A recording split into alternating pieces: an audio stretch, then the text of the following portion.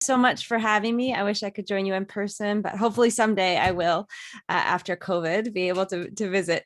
So I'm going to share my screen. Just hold with me for a second. Let me see. I have some pictures to share with you. Okay. All right. And hopefully you can see me. I can't see you, but hopefully you see everything. All right. Do you see a large moon? Yep, Yes. we can see. Okay, good. I wonder why this isn't showing more, but I'll just start. So it was a really great day to be with you. This is the 60th anniversary of American human spaceflight. And so those of us who do space study, space history have been celebrating all day. It's an exciting day for us. So it's a perfect day to talk about the Apollo program and that history. And since it's the 60th anniversary of the first American human spaceflight, I'm going to start there today to give you a little background on that mission.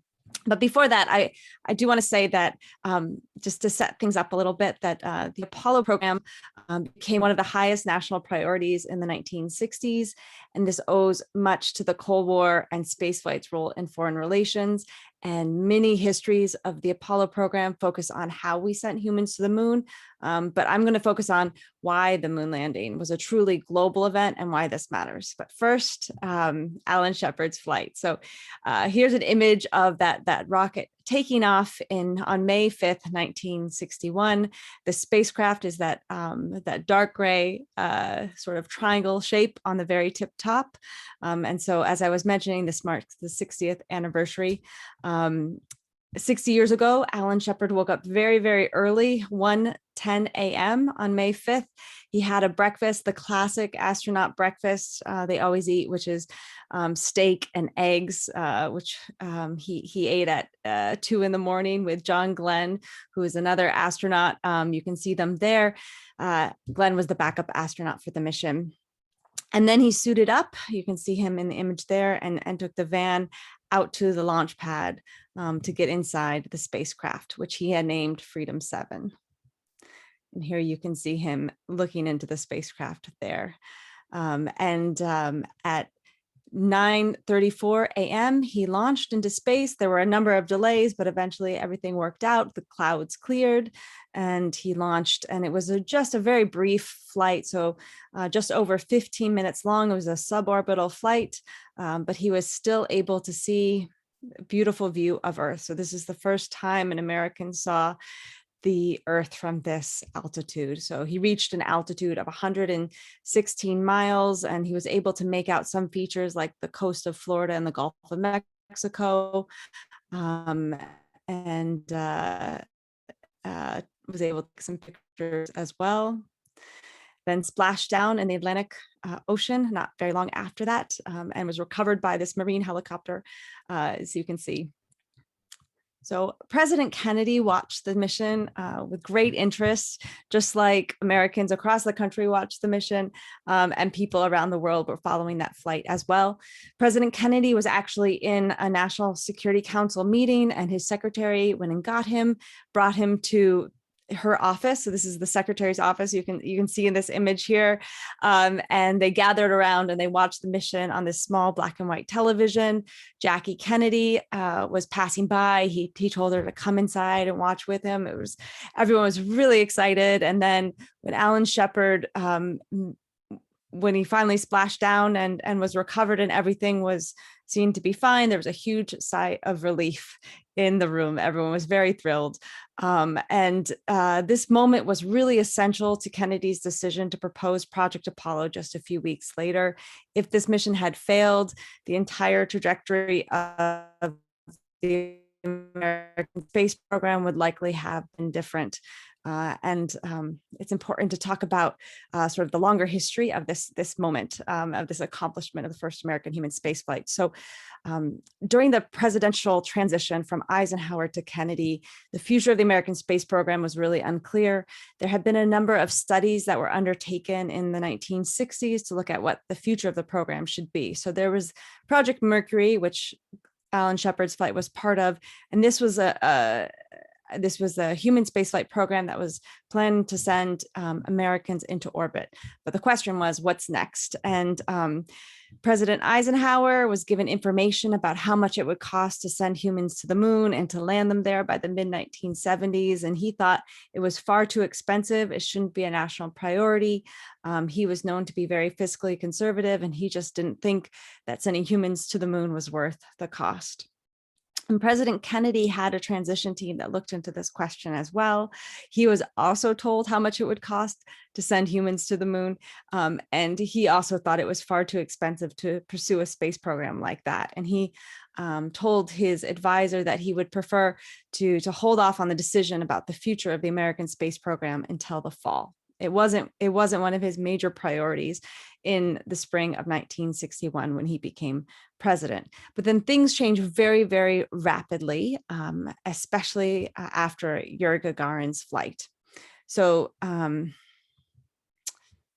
Soviet Union sent Yuri Gagarin into space on April 12th, 1961, and you can see him here and the flight here. Now, it was a successful mission, and it had a huge impact around the world.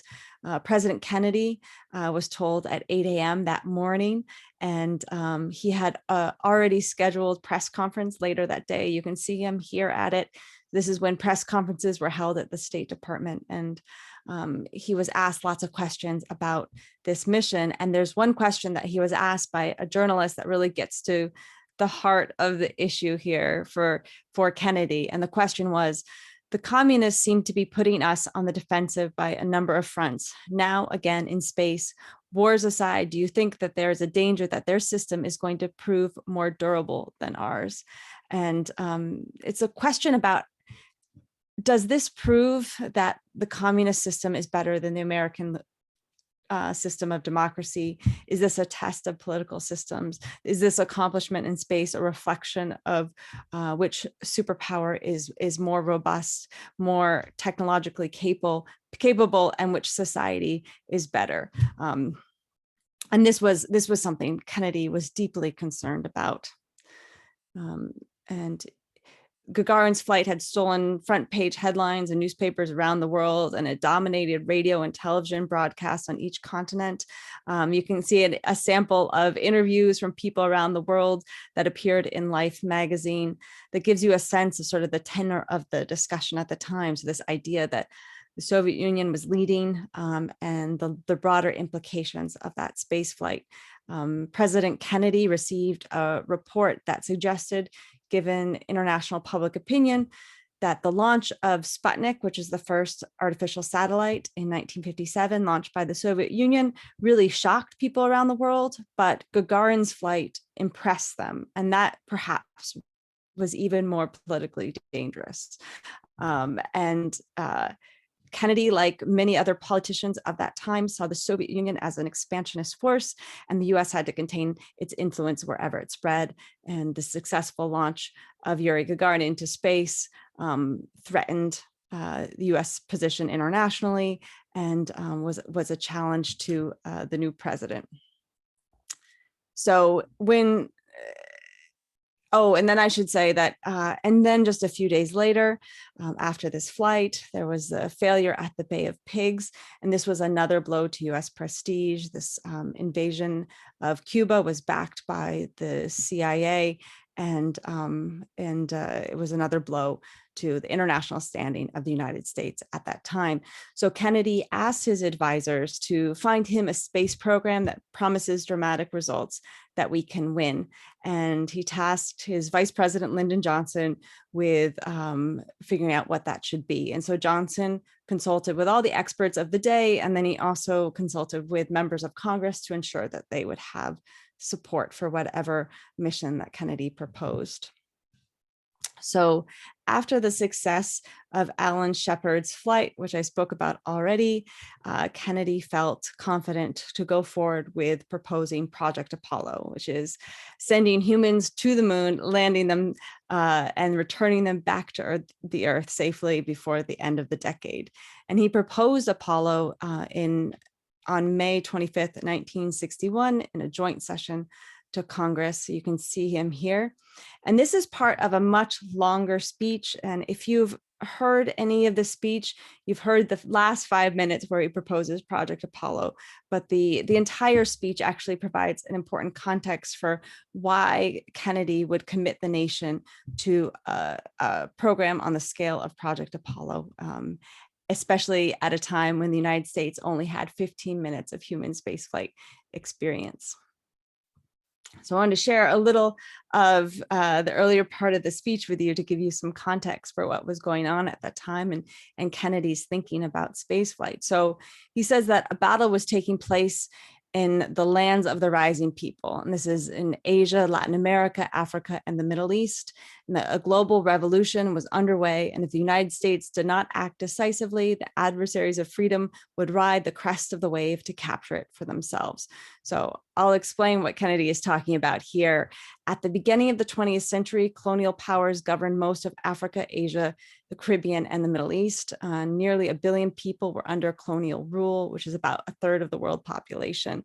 In the 1940s, World War II upended the global order. There was a wave of independence movements that led to the disintegration of European empires. And between 1945 and 1970, the number of nations increased nearly fourfold. So in 1960 alone, this is the year that Kennedy was elected president, 17 African colonies became independent nations.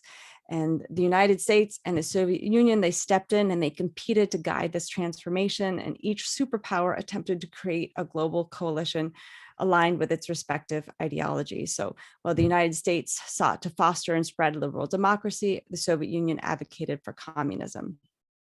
Also very important in this moment was the development of nuclear weapons in the 1940s. This upended how wars were waged. So the US and the Soviet Union, they staged proxy wars and covertly backed coups, but much of their geopolitical influence came from soft power rather than coercive force. So winning hearts and minds as opposed to other types of combat. And so they both superpowers tried to convince people to either pursue democracy or communism as their own political system. Nuclear stalemate really elevated the significance of propaganda and psychological strategy at this time. And in this speech, Kennedy also asked for additional funding for public diplomacy, which is a combination of national advocacy and propaganda. So it uses the tools of radio, television, film, photographs, exhibits, and other forms of media to help shape the politics, economics, culture, values, and social relationships of other nations. So this is part of that context of the proposal of Project Apollo. And now I'll play a short clip from the end of that speech, and I ask you to listen to how Kennedy frames the need for sending humans to the moon.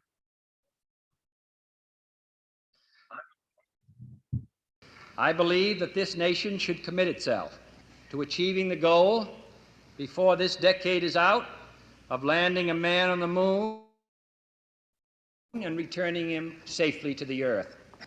No single space project in this period will be more impressive to mankind or more important for the long-range exploration of space. And none will be so difficult. In that speech, in that clip right there, he mentions how sending humans to the moon would be impressive. And that's an important part of this context for Kennedy. And this is another excerpt from the speech that you can see here. And he talks about there was a battle going on around the world between freedom and tyranny. And it was not simply about crossing a finish line or securing American prestige. Spaceflight was impacting, he said, the minds of men everywhere who are attempting to make a determination of which road they should take. And this road that he's talking about, this is about liberal democracy versus communism. So it's not just beating the Soviet Union, it's really presents Kennedy's approach to pursuing global power in this moment in history. So a bit about Project Apollo. It is an incredibly bold program to propose. As I mentioned, the US had 15 minutes of human spaceflight experience. Space was completely brand new, and it required massive mobilization on a national scale. So Project Apollo at the time cost about $25 billion. Today, adjusted, the whole lunar effort amounts to about $280 billion. So By the mid-1960s, that's over 4% of the federal budget. By the mid-1960s, over 400,000 people were working on the program, spread across the country and around the world. And of those hundreds of thousands, over 90% were working as contractors and subcontractors. It was an incredible effort. It was 18 times what the country spent on the Panama Canal, more than 5 times the expense of the Manhattan Project, to give you a sense of scale and investment. And this is a little rundown to give you sort of an overview of Project Apollo. So there were 6 lunar landings, not just that one, but there were 6 over time. So 12 humans walked on the surface of the moon.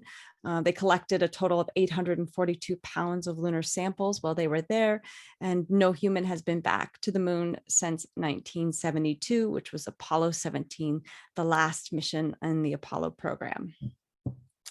So Project Apollo required all sorts of things. One of the things it required was developing experience and new techniques, and the Gemini program was essential to this. So Project Gemini, the second American human spaceflight program, sent 2 humans into space at a time. There were 10 missions. They practiced rendezvous and docking and spacewalking, which you can see here. This is the first American spacewalk. And it also tested the effects of long duration spaceflight on the human body. So one of these missions lasted 2 weeks, and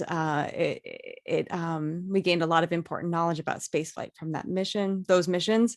And Project Apollo also required the development of brand new hardware. So including the largest rocket booster ever built, the Saturn V. You can see it here on the launch pad, and a diagram of it next to it.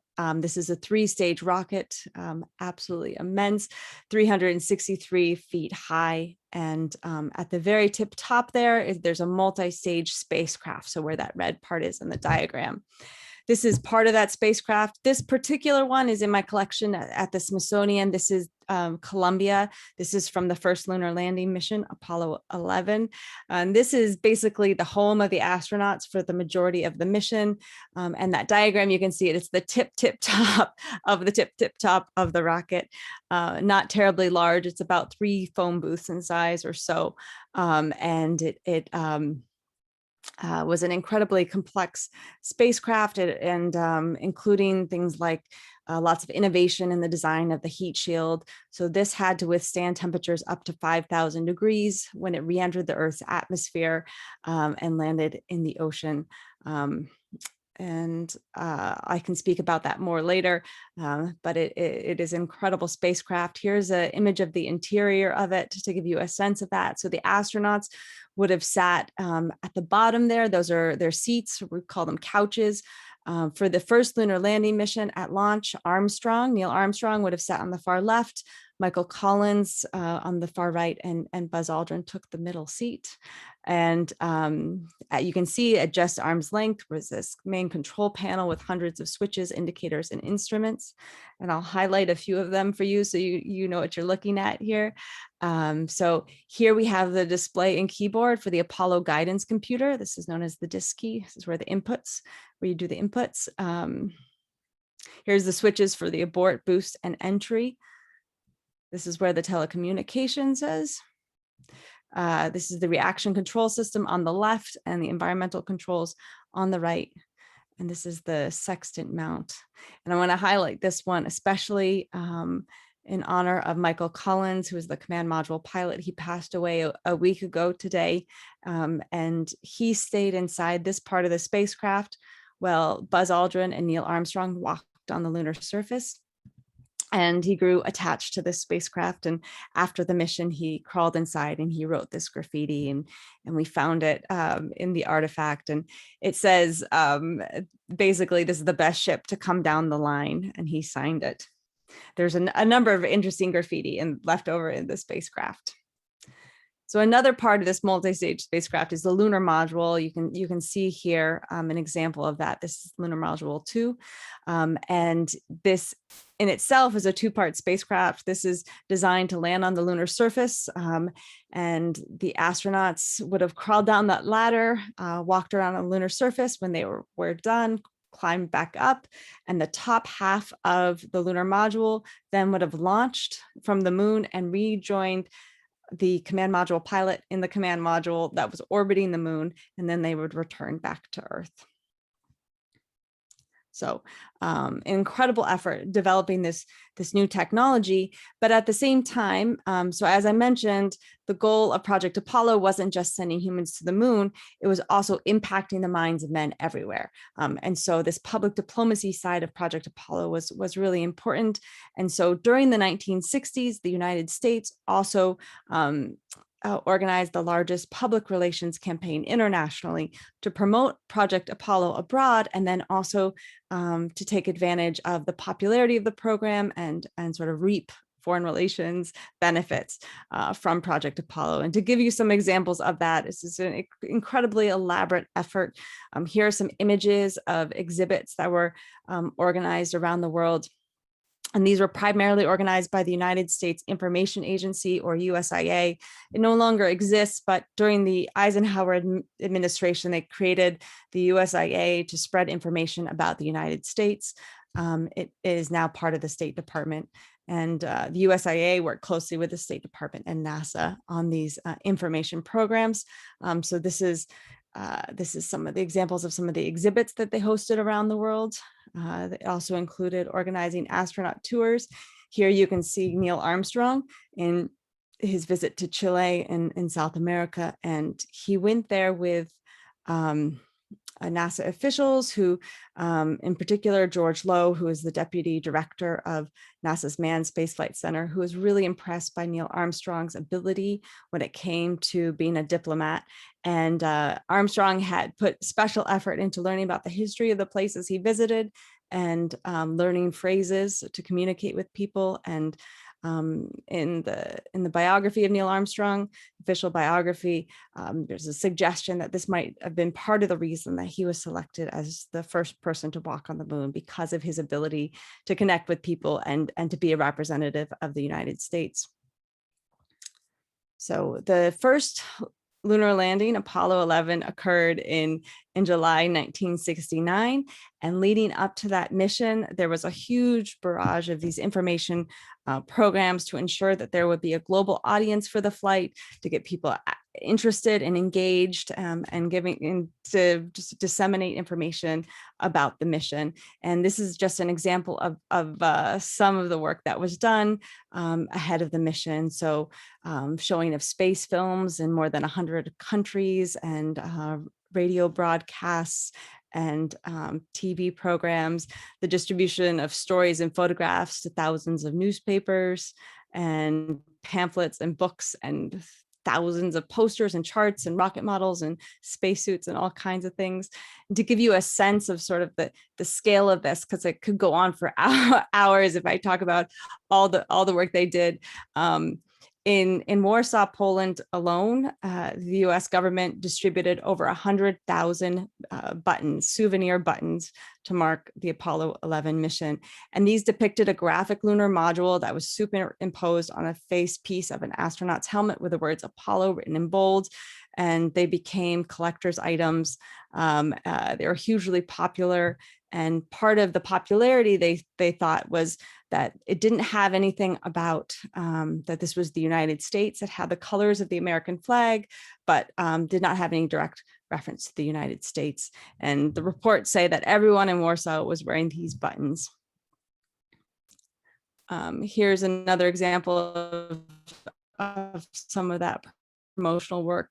It was a series of exhibits around the world. The one here is an example from West Germany. So the US government made an arrangement with department stores in Germany, and they put 180 displays, window displays, in these department stores throughout the country.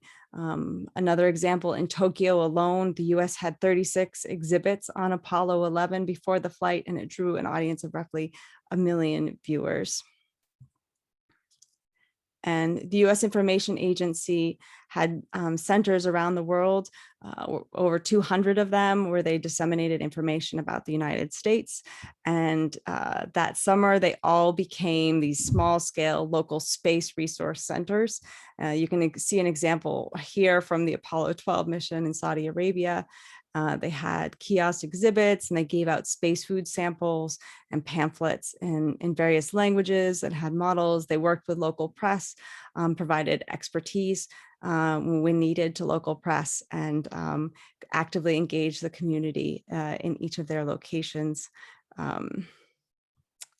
Another important part of ensuring a global audience and making sure that the first lunar landing was a truly global event was making sure that people could follow it on television or radio. And so in the 1960s, the US built up a global communications infrastructure, and very importantly, it supported the space mission. So it provided tracking and helped keep the astronauts in touch with mission control, but it also enabled this global audience to watch the first lunar landing live on television all together. And this would be the first truly live global television broadcast in history. The Apollo network consisted of a series of ground stations around the world that were used in conjunction with the Intelsat communication satellite system to bring TV coverage of the moon landing to this audience. And it's important to note that this is also a moment in the history of a media revolution. The number of television sets around the world just really ballooned in this period. So by 1969, the number of television sets had grown 20-fold between the mid 1950s. So they reached over 150 million, just an incredible growth. And in places where there wasn't live television coverage, the United States set up screens with projectors, and they would project films about space and then run the live radio coverage of the mission so that people could follow the flight even if they didn't have access to live television coverage. To give you an example of some of the extreme effort that went into ensuring this global audience. In Venezuela, there was no satellite ground station to receive these television signals from the Intelsat satellite network. And so a private station in Venezuela and Colombia raised funds for the equipment. And then the United States government coordinated to ship a ground station to Venezuela. It helped ensure that Apollo 11 became the first international event seen live by people in this region. It was seen on 1.5 million television sets in Venezuela and Colombia.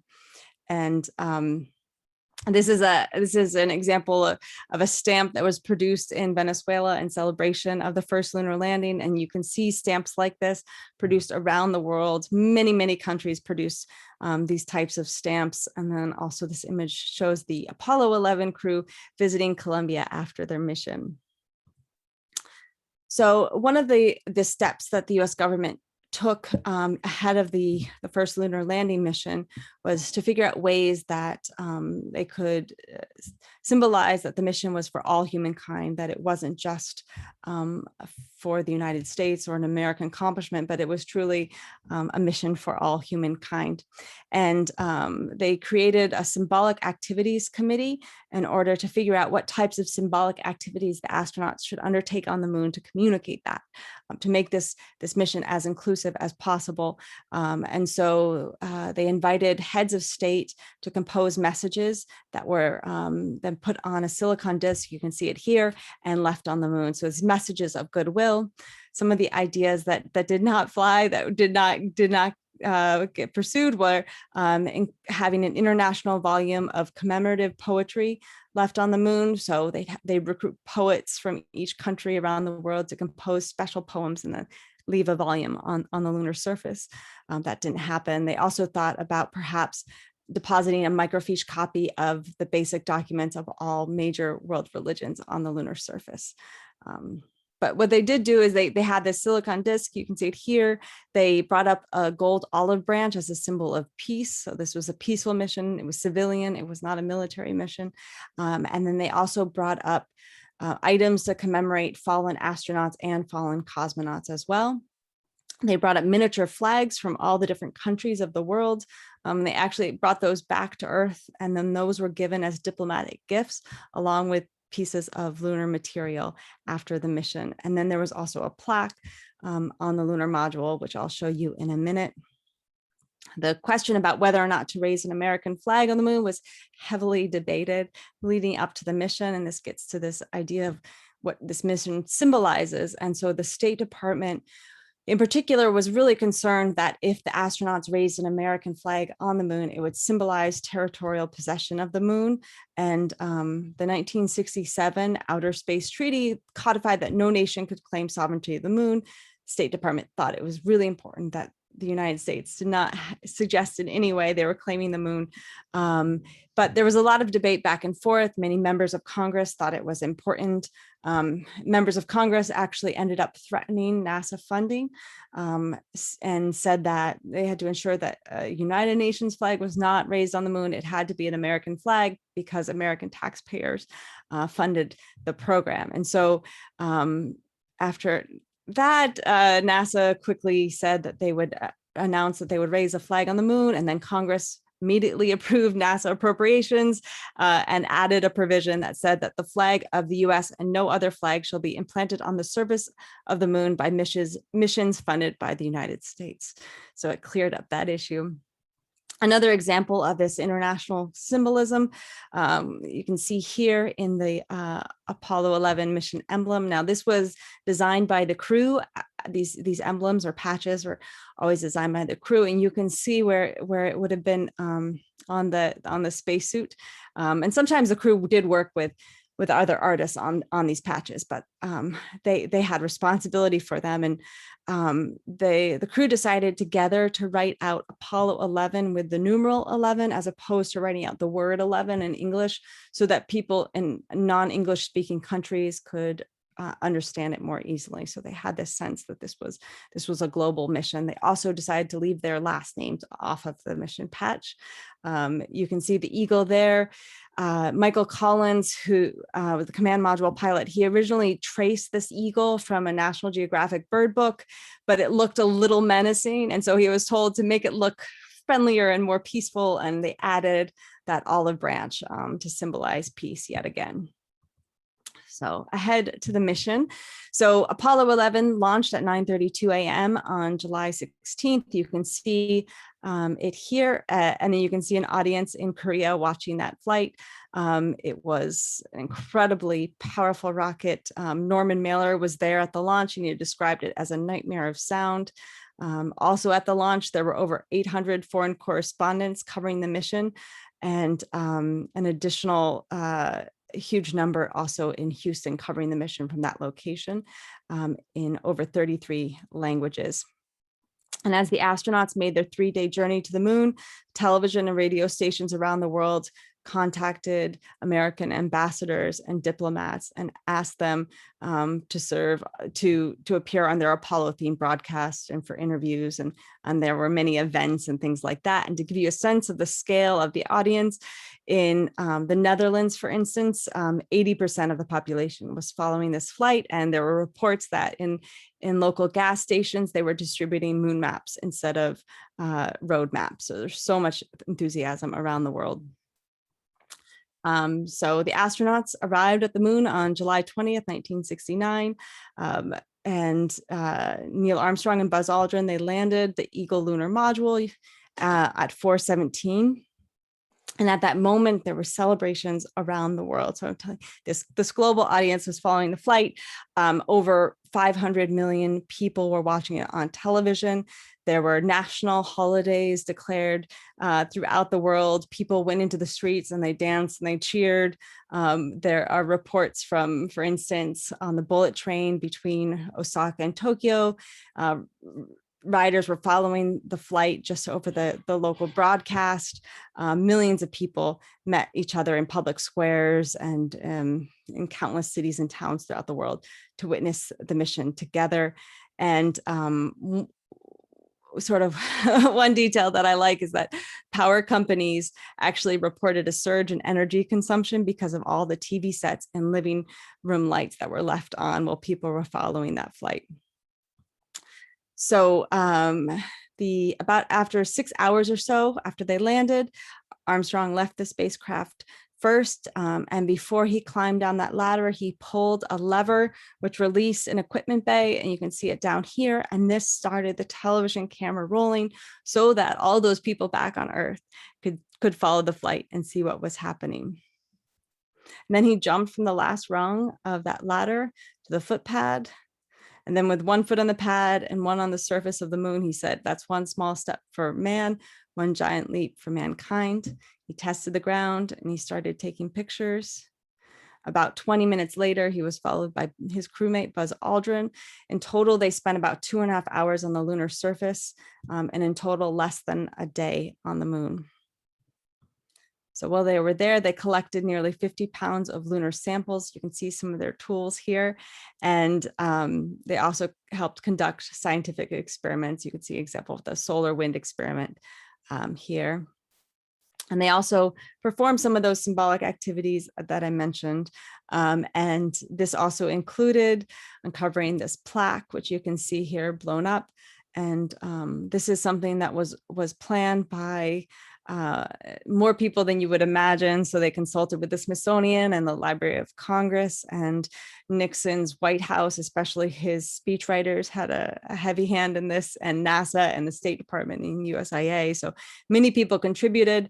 One of the important things to point out here, the symbolism, is that the Earth is depicted with 2 hemispheres, but there are no political boundaries.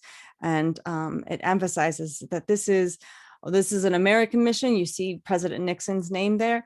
It is for all humankind. And that is a message that they wanted to signal again and again and again throughout this mission. And Nixon called the astronauts from the Oval Office. You can see them here. And he spoke to them. And it's important to note, while he was speaking to them, he wasn't just speaking to them, he was also speaking to everyone following that flight around the world. So he was on television sets around the world live as well. And he congratulated them on what they had done, how far they had traveled. But then he also noted that more people came together than ever before to witness this event. And he said, for one priceless moment in the whole history of man, all the people on this earth are truly one. Here's an example of some of those audiences to give you a sense around the world, in Norway, Japan, and Ecuador. And part of the experience of following the first lunar landing was also following the coverage of all the audiences around the world. So all the television programs like CBS, which most people in the United States watched, had journalists based around the world covering the news of the audiences around the world. So there's this deep sense that the world was doing this together, watching the first lunar landing. And to give you a sense of that, when the astronauts returned to the Earth, they were finally able to see this news coverage of their flight.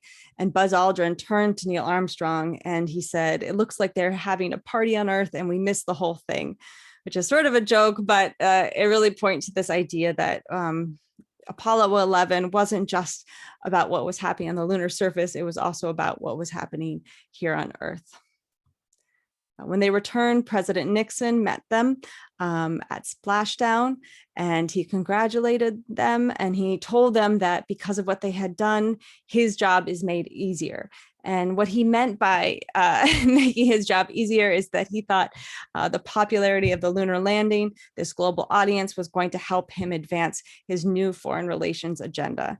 And so President Nixon went straight from meeting the astronauts when they splashed down to flying to Guam, where he first introduced the Nixon Doctrine, which is basically that the United States would stop sending troops to Vietnam, that there would be no more Vietnams, and the US would not enter similar conflicts. And the US would supply arms and assistance to threatened nations, but would expect that these nations supply their own manpower for military defense. And he wasn't supposed to announce that evening, but his advisors said that he surprised them, but he was so sort of swept up in the day. I mean, this is the same day as the astronauts returned from the moon, and he was excited to give this speech and to talk about his agenda.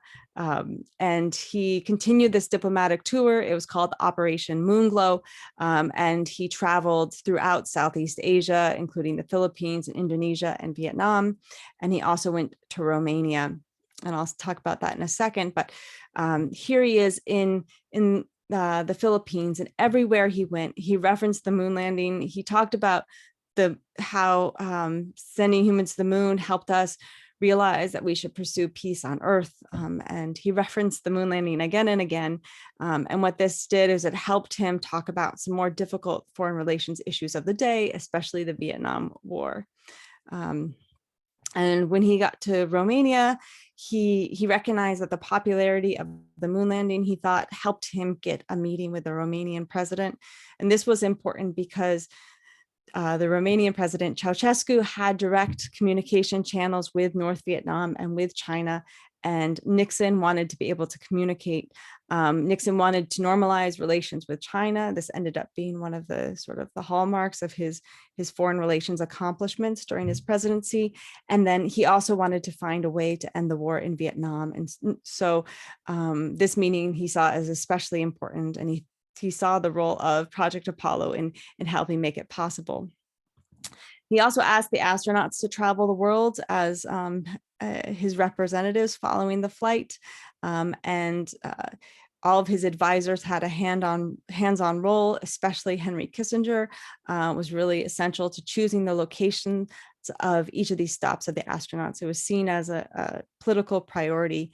And I'll just run through this quickly to give you a sense of sort of the sort of idea behind those, sort of the power of these astronaut visits. This is a quote from Illinois Representative Finlay, and he talks about how there's an enormous reservoir of goodwill now for the American people, and that was important to take advantage of that. And he suggested that it was important to do in South America, and that no amount of foreign aid dollars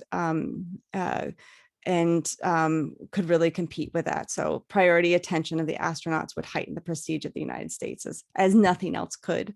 This is their route. It was a really fast tour, 2 months long around. They went to every continent, and most stops were maybe about 2 days, if that. And they saw millions and millions of people. Here are some images. This is in Spain. And I'll just run through these quickly because of time. They did motorcades in most cities, but in Amsterdam, they did a watercade. Here they are in Germany, seeing the Berlin Wall, and in the Democratic Republic of Congo, their only stop in Africa.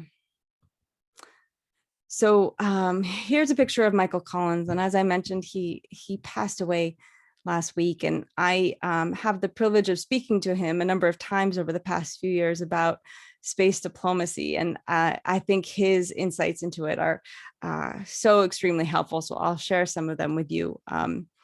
And as I mentioned, so as his crewmates were walking on the lunar surface, he orbited the moon. Whenever the spacecraft went behind the moon around the far side, he was out of touch with his crewmates and everyone back on Earth. And he said he felt this isolation powerfully. Some people joke that not since Adam has any human known such solitude as Mike Collins. And the sense of solitude would not last long, though. And he said what impressed him the most when he returned to Earth was not, this isolation of space, but this unifying effects of space flight. And so here's the crew on that diplomatic tour. This is their stop in Mexico City. And he said that he thought that when they went to different countries, that people would say, you Americans achieved X, Y, and Z, and that everywhere the astronauts went, it was we human beings, we did it. And he said that was the punchline everywhere we went. And that use of we instead of you Americans or you astronauts really attests to this profound sense of collective participation that was felt by billions of people when humans first set foot on the moon. And he added that it must have been worth its weight in gold for the State Department. So just a few concluding remarks. The Apollo program not only taught us about the formation of the moon and the solar system, it had tangible and immediate impacts on US foreign relations. It created what were considered apolitical opportunities for US diplomats to meet with local leaders. It displaced negative newspaper headlines about the United States. These diplomatic tours like Giant Step Tour or President Nixon's Operation Moonglow tour promoted the United States' foreign relations agenda. And beyond these immediate impacts, both political and scientific. Apollo revealed an important lesson about being an effective global leader. And this is a quote from one of the reports following the first lunar landing. And public diplomats focused on another measure of the impact of the US space program. And they asked if the sense of unity brought about by Apollo 11 signaled an emerging new dimension in the international political process, comparable to the experience of unity that might be expected to emerge from such global disasters as a world epidemic, a meteor collision, or a nuclear accident. And then it went on to say that along with the decline of wars and division, there was an expressed sense of solidarity of the human community, a sense of apparently heightened by the awareness that the whole of mankind was sharing the emotions and exhilaration of a single experience. So the message that resonated with people around the world was not of US technical strength or greatness, it was of sharing and inclusivity and openness, as Michael Collins observed. And for Apollo to win the hearts and minds of the world, to advance US national interests, to achieve that goal that Kennedy set out in 1961, it required not only landing humans on the moon, it also required foregoing this message of national achievement in favor of global connectedness and this emphasis that Apollo was an accomplishment of all humankind. Thank you so much for your attention. I welcome any questions you may have for me. Oh, I can't hear you. Hi, thank you very much. I really appreciate you taking the time tonight to speak to us. This presentation was so incredibly interesting. For anyone that does have questions, please go ahead and pop them into the Q&A section. And while we're waiting for that, as you mentioned, that it is the 50th anniversary of Apollo 11. And as I read, you're putting Neil Armstrong's spacesuit back out on display after it had gone through quite a restoration, I believe. Can you talk more about that and any other events that are going on this summer? Oh, sure. So Neil Armstrong's suit was put on back on display for the 50th anniversary of Apollo 11 back in 2019. And today we reopened, we have two locations of our museum at the Smithsonian, and at the location near the Dulles Airport called the Uwe Hazy Center. We reopened it. It's been closed because of COVID, but today we reopened it, and we have Alan Shepard's spacecraft on display again. It had been traveling for a while it was at the JFK Library in Boston for a bit and at the Naval Academy, so it's been a while. And it's actually on temporary display with the Apollo 11 command module, Columbia. And it's a really great time to see them if you can make it to DC this summer, because they're not under plexiglass. They're right there, and you can really see the texture. They're both going to go into a new exhibit that we have on lunar exploration called Destination Moon, which is going to open up in a few years at the downtown location of the museum. Fantastic. There's a couple of questions if you want to take the lead. Sure. I don't see any. I don't know if I perhaps might not get them. Okay.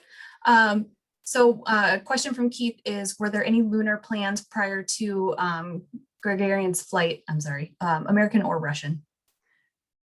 Yes, there were. Okay. And I found the question, so there was a lot of discussion and analysis that went into seeing what the future of the American space program should be before Gagarin's flight. And there was work that went into seeing whether or not the United States should send humans to the moon. So multiple groups actually investigated that question. You have Wernher von Braun, who was the father of American rocketry, looking at that with his group. You had LBJ leading a group in the Senate looking into that question, and you also had a group in NASA looking at that question. So there was a lot of investigation looking into lunar exploration before Gagarin's flight and before Apollo was proposed. There's a lot of groundwork that was laid out. Within the Soviet Union, there was actually a bit of a delay before they committed to sending humans to the moon. It took a few years after Kennedy proposed Project Apollo for that to be their goal. I'll just mention that there's also been a lot of interest in Mars all along too. And even the early discussions of the Apollo program, someone brought up, maybe we should do something grander. Maybe we should be sending people to Mars, sending people to Mars is a challenge on such a different scale than the moon. So it was probably a good call that they didn't do it at that time. All right. I see another one. Do I think that it will require the same global mindset to go back again into space, the moon, and Mars? So I think space diplomacy has evolved a bit since the Apollo era. And one of the things that's sort of essential to it today and has been for the past few decades is international cooperation. And this is demonstrated really well with the International Space Station. This is a space station with multiple partners that the United States works with. And anything like exploring Mars will require incredible resources. It'll require expertise. And I think that any nation that wants to pursue that goal will be benefited by collaborating with others for a variety of reasons and joining efforts. And so many of our space our programs right now, our missions involve international partners. So for instance, some of the recent Mars exploration, the Perseverance rover, we rely on the European Space Agency's Mars orbiter for communications and things like that. So international partnership seems to be an important part of space diplomacy today. The kind of sort of large scale public relations that you saw with the Apollo program doesn't seem to be sort of the method that's been used for quite some time. All right, let's see what's next. I'm gonna make sure I try to get these in order. Why is it so hard for people to believe that we landed on the moon? I like how that question is phrased, because sometimes people ask me, what do I say when people doubt that anyone landed on the moon? And fortunately, I've only been asked that question. I've never encountered someone who doesn't believe it. But it was such a remarkable, bold feat, especially at that time in history. It required so many people. And I think that it's sort of shocking that they were able to accomplish it, and with so few problems as well. And you have the Apollo 13 mission where that was an aborted mission. But besides for that, it was an extraordinary success. There was an accident on the launch pad earlier, Apollo 1, but in space, the United States had incredible success. So I think part of what's difficult to believe about the moon landing is that it could happen, because it is such a remarkable accomplishment in so many different ways. It required the coordination of hundreds of thousands of people. It was the most expensive civilian technological program in US history, just incredible scale. All right, so I'll move on to the next one. So I'd always heard that the reason that Neil Armstrong was chosen was because he was civilian as opposed to other astronauts who are mostly military pilots. Yeah, so there are a number of reasons that Neil Armstrong became the first human on the moon, and it's sort of complicated. I'll explain some of it. An important part of that story is the way that NASA approached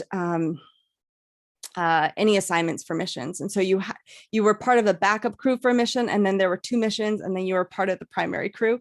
And so the sequencing was important to that. And then there was a chance that even though he was assigned the Apollo 11 mission, that could have ended up being not the moon landing mission. If Apollo 10 had any problems, or Apollo 9 had any problems, the missions before him, if they weren't able to successfully accomplish their goals, then the lunar landing mission would have been pushed off to 12 or 13 or 14. And so, and he was on 11. So there was some importance in luck and timing, but he was made the commander of the mission. And part of that came to the fact that he demonstrated his abilities during the Gemini program. Some people say it was important that he was civilian, but there were a lot of factors that went into it. But it's addressed in his biography by Jim Henson, First Man. Highly recommend that. It's a great biography. All right. Have you put together the 1969 Peace-like model of Saturn? I have not, but I love it when people show me pictures of it, or my nephew did. I haven't accomplished that challenge yet.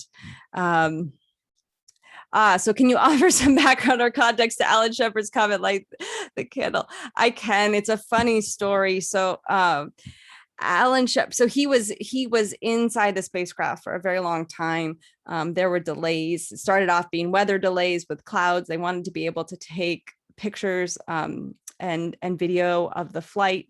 And so they delayed him. And originally, I believe he was supposed to launch around 7 a.m. It got delayed till 9:34. He really had to go to the bathroom, and he radioed launch control, and he asked if he could get out and go to the bathroom, and they said no, he couldn't do it. And there was a debate about, well, could he just do it in his suit? They didn't think he was going to be in there that long because it was supposed to just be a 15-minute long flight. Because of the delays, it was long. So anyways, he convinced them to turn off all of the sensors that might, there might be electrical problems if he went to the bathroom. He went to the bathroom in his spacesuit. Fortunately, it dried relatively quickly. They had the sensors turned off. They turned them back on. Everything was fine. And then he said, light this candle, which was a reference to let's get going. Let's finally get this launch going. So it's part of this sort of crazy longer story. But it's hilarious. It's hilarious to see some of the transcript and the back and forth on that. All right.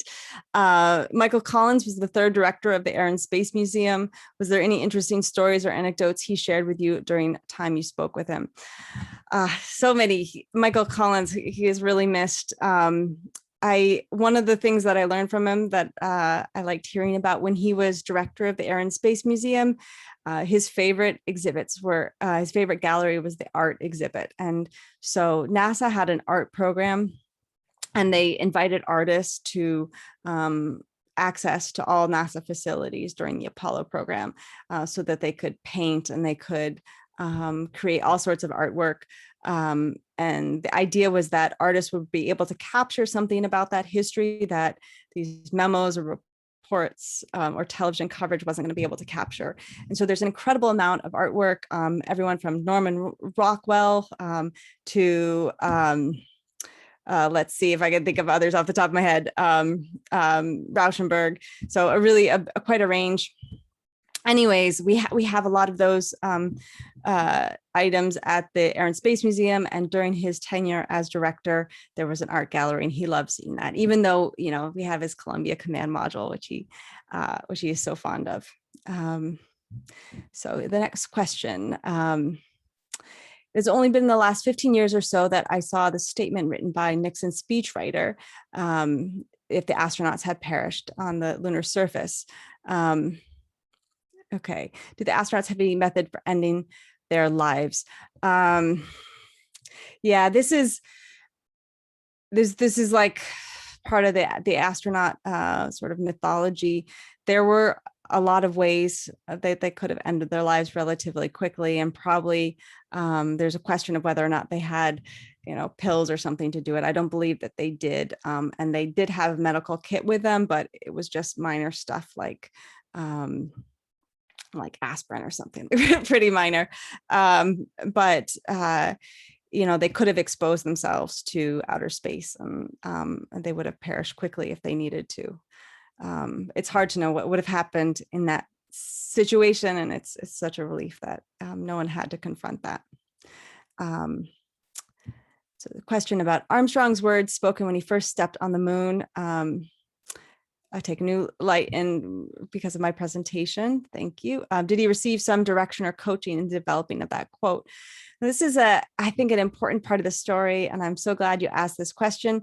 So the astronauts were actually encouraged to say what came to their minds, and to they were not given things to say. So he was given the responsibility for composing the words that he said when he first set foot on the moon. In a similar way, when the Apollo 8 mission, this was the first lunar orbital flight, the astronauts were told they were going to be orbiting the moon on Christmas Eve, and this is the first time humans had traveled to the moon. NASA's direction was, more people will be listening to your words than have ever listened to a human voice in history. Say something appropriate. So that was the guidance they got, and Armstrong got more or less the same guidance. But part of the idea behind that was that by having the astronauts come up with what they're going to say themselves, it was a representation of an open society and American values. So that it was a reflection of American values to have the astronauts have the freedom to say whatever it was that they liked. And I think he captured that moment incredibly well. Does NASA do similar global outreach like the USA did with Apollo? Or is it less critical? So NASA does outreach. There's public relations. They work with the press. It's just not on the scale that it used to be. Astronauts sometimes travel the world, and there are events like that organized by the State Department. I actually am a State Department speaker, much like the astronauts were back in the 1960s.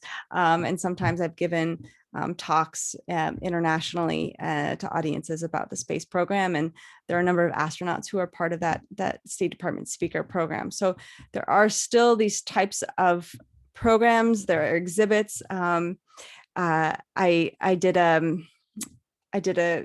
talk recently with the embassy in Ljubljana, and they had a space exhibit, so it was coordinated with that. So it's a similar type of thing, but it's on a very, very different scale. Okay, the next question.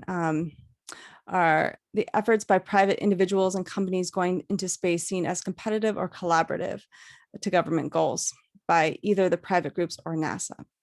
So there's interesting conversation about the relationship between private and public space right now. And I think one of the important things to remember, because a lot of people talk about, the new aerospace, and there's always been a very, very important relationship between NASA and the US government and private industry. And that during the Apollo program, as I mentioned, over 90% of people working on Apollo were contractors and subcontractors. So industry was so essential to getting America to the moon. And Robert McNamara actually said that was part of the reason the United States should send humans to the moon, because it would demonstrate the robustness of American industry. So the idea was that it would showcase what private enterprise was capable of in conjunction with the U.S. government. And so there's always been an important relationship, and there continues to be one. And it's a relationship that's changed over time. But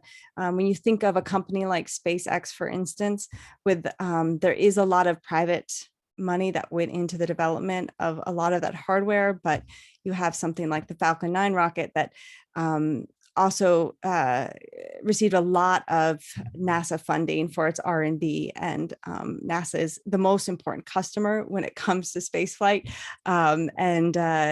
So there's going to be this important relationship for a very long time, and especially when it comes to exploration.